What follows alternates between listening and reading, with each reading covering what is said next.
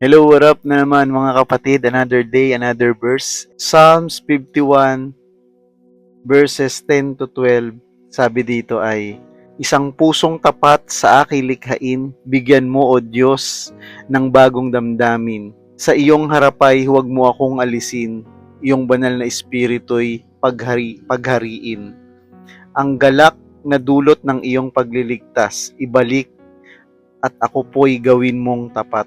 Psalms 51, ito yung panalangin ni David, ni Haring David sa Panginoon during that time na nagkasala siya ng matindi.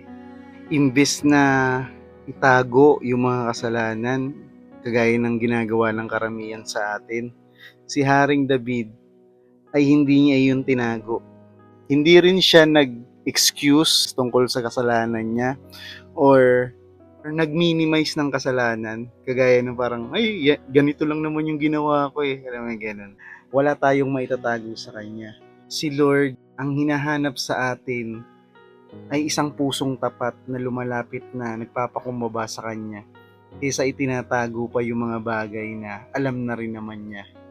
Hindi niya tinotolerate yung mga gawaing kunyari napaka-religious pero ang loob naman ay maduming madumi. Naalala ko yung sinabi ni Jesus doon sa mga Pharisees. Para kayong mga libingan, parang mga nicho na parang ang ganda-ganda ng labas. Sobrang kinis, walang bahid dungis, pero pagdating sa loob, ang laman ay nabubulok na patay. And karamihan kasi sa atin ganun, pagdating sa usapang kasalanan, punta ng church or makikipag-usap sa mga tao, na akala mo walang bahid dungis, akala mo sobrang righteous, na parang kulang na lang may halo sa nakagano. Para bang hindi nagkakamali. Ayaw ni Lord ng mga hypocrites. Ayaw ni Lord ng mga nag-acting na religious people na parang akala mo hindi sila nagkakamali kung maka-look down sa mga tao na mga nagkakamali. According sa Bible, there is no one righteous, not even one. Yun ang bad news. And the good news is, si God pumunta siya rito hindi para sa mga righteous people. Pumunta siya rito para i-save tayong mga makasalanan. Talikuran natin, magsisi tayo sa ating mga kasalanan at patuloy na sumunod sa kanyang kalooban. Isa sa mga powerful na verse dito yung Psalms 51:17 na hindi nire-reject ni Lord yung mga taong lumalapit sa Kanya na nagsisisi, broken yung pakiramdam dahil ang katotohanan, maraming mga tao na dinadala yung mga guilt feelings nila, yung mga regrets nila, or yung mga kapaguran nilang spiritual. Psalms 51, nire-remind tayo ng verse na to na kung may nagawa tayong kasalanan, lapit tayo sa Kanya, tumingi tayo ng tawad. Si God, si Lord lang, yung tanging makakapagpatawad sa lahat ng mga kasalanan natin. Siya lang yung makakapag-restore. Wala nang iba pa. Hindi natin kayang linisin yung sarili natin, kaya kinakailangan natin lumapit sa Kanya. For those people na parang pakiramdam nila, feeling nila sa sarili nila, hindi nila kailangan ng Diyos, nagkakamali ka, kapatid. Dahil lahat tayo, makasalanan tayo. Hindi ito yung tipo na, ay, hindi mo na ako lalapit kay Lord kasi marumi ako. Yes, kaya nga kinakailangan nating lumapit kay Lord dahil yes, marumi tayo. At kinakailangan natin ng someone na maglilinis sa atin. Hindi natin kayang palinisin ang sarili natin dahil Diyos lang ang tanging kayang makapagpatawad ng ating mga kasalanan at gawin tayong matuwid sa harapan niya. Saan ka nakakita na sasabihin mo na saka na ako maliligo pagkatapos kong maligo? Kaya nga tayo maliligo para mawala yung ating dumi or para malinis tayo, di ba? At alam ni David na si God lang ang kayang mag-restore ng kanyang kagalakan, ng kanyang guilt feelings. Si God lang yung kayang mag-restore sa kanya. So anong dapat natin gawin? Maging tapat tayo sa Panginoon, huwag nating itago, huwag nating ilihim ang mga bagay-bagay na ginagawa natin kasalanan. Ilapit natin ito sa Panginoon. i-confess natin ito sa Kanya. Sabi sa 1 John 1:9, if we confess our sins to God, He is faithful and just to forgive us sa lahat ng ating mga unrighteousness.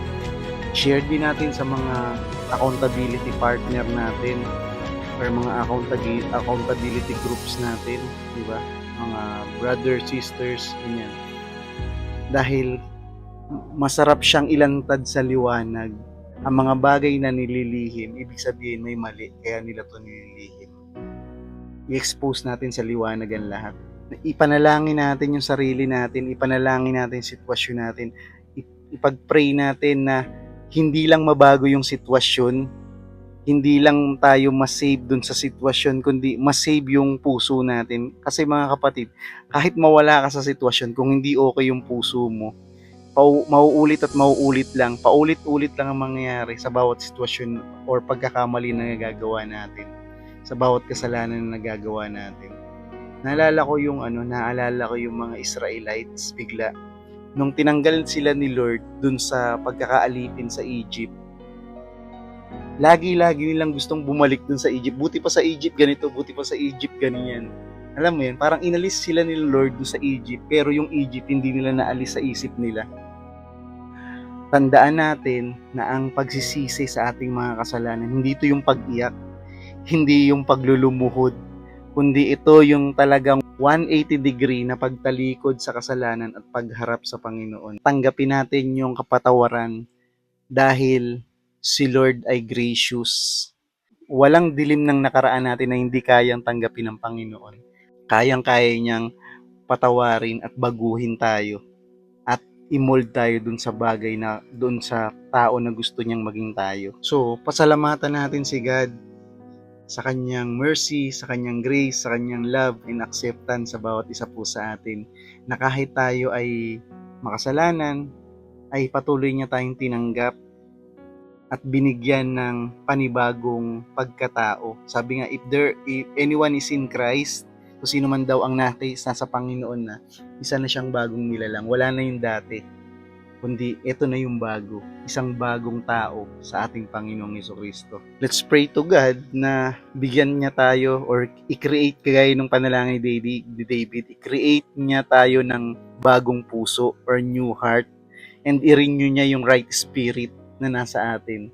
Patuloy nawa tayong lumakad sa landas na pinapatahak ng Panginoon. Patuloy niya tayong bigyan ng pagpapakumbaba at patuloy niya tayong bigyan ng puso na sumusunod sa kanyang kalooban. Maging mapagpasalamat dahil si God, mas mahigit siya sa ating mga failures. Hindi kayang pantayan o hindi kayang tabunan ng ating mga kapalpakan or ng ating mga failures yung pagiging Diyos niya. Kahit gaano kapula ang lahat ng ating mga kasalanan ay kayang-kaya niyang paputiin na kagaya ng isang niebe. Walang nagsisi at lumapit sa Panginoon na ni-reject niya. Kahit gaano ka-broken yung pieces, bawat pieces natin, kung ilalapit natin, isusurrender natin sa Panginoon, kayang-kaya niya uli itong buuin. Dahil siya yung Diyos na nagre-restore, nagre-renew, at nagbibigay ng bagong pag-asa sa bawat isa sa atin. So, God bless everyone and patuloy nating palaganapin ang salita ng Panginoon dito sa mundong ito.